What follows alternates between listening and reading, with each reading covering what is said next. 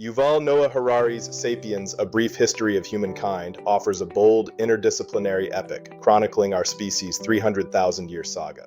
Harari argues that our success stems not from superior intelligence or strength, but from our unique capacity to create and believe in shared fictions. These imagined realities, myths, laws, currencies, and ideologies, enable unprecedented cooperation among strangers, far beyond our biological limits. The book traces three pivotal revolutions: cognitive, agricultural, and scientific, all woven together by the thread of these useful stories. The cognitive revolution, around 70,000 years ago, ignited with a neurological upgrade allowing flexible language for abstract concepts, gossip, and storytelling.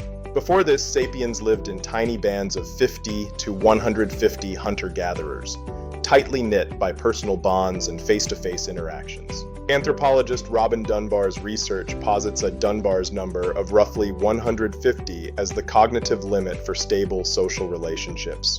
Beyond this number, our brains simply aren't wired to remember enough personal histories to trust and coordinate intuitively.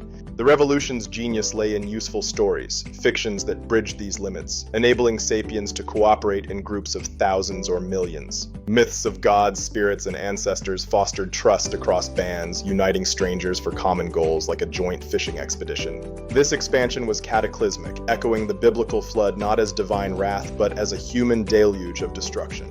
Wherever sapiens migrated, megafauna vanished, marking humanity's shift from ecosystem participants to apex predators. The agricultural revolution, around 12,000 years ago, was history's biggest fraud, according to Harari.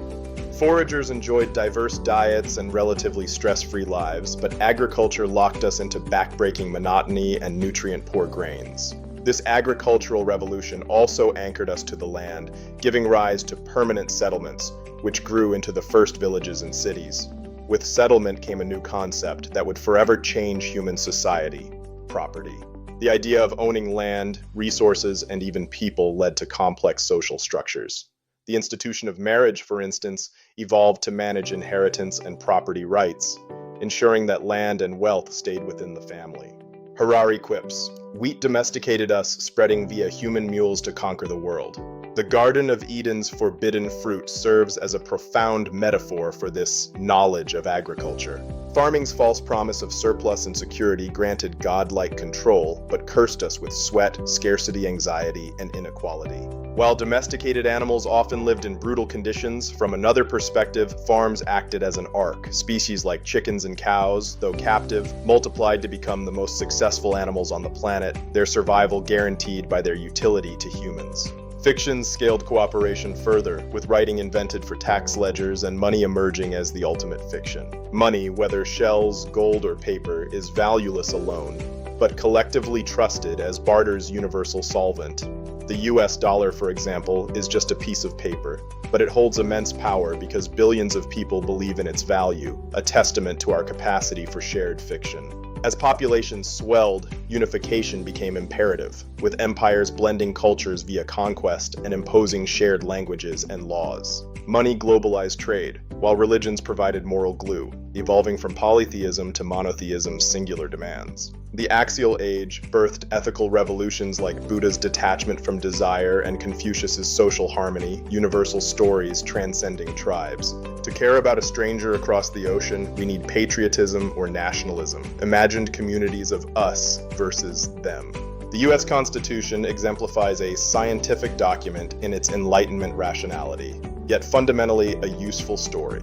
Its preamble invokes "we the people," a collective myth binding 330 million today, despite biology's inequalities and history's slavery.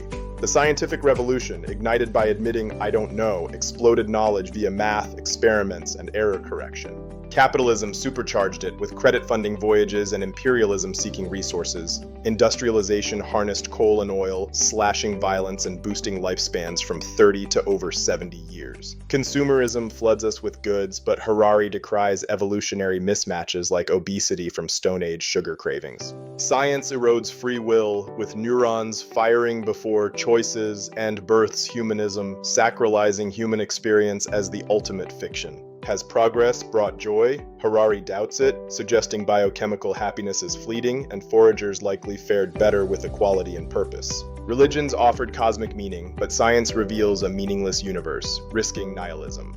Biotech and AI loom, CRISPR edits genes, algorithms outthink us, potentially ending sapiens as we know it. Our journey has been one of weaving stories, from the great flood myths that echo our conquests, to the forbidden fruit of agriculture and the imagined communities that bind nations. These fictions have propelled us from the savannah to the stars.